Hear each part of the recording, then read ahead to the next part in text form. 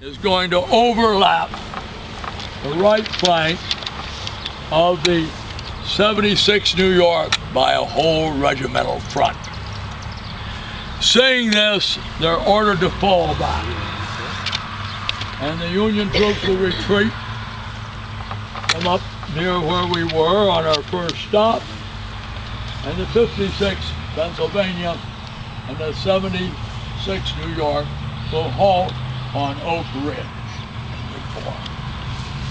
The 147th New York, being inexperienced, seeing battle for the first time, when Captain Pierce raises a cry, "We're flanked, run men!" the regiment breaks and retreats very, very rapidly, as fast as they can run. Trevelyan Miller, the colonel, is mortally wounded, and Howard will see this. Howard, remember, has arrived in town in advance of the 11th Corps, and now he commands the Army's left wing, because Reynolds is dead.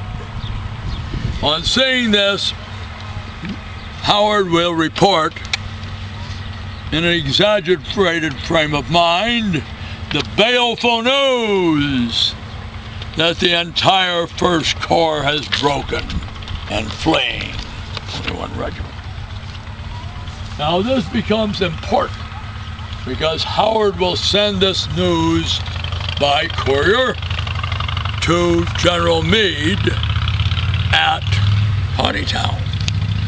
Meade, Reynolds' messenger had evidently taken a longer route, and hardly does Meade receive this upbeat message from Reynolds that Gettysburg is a place to fight a battle, and if forced back, he will fall back foot by foot.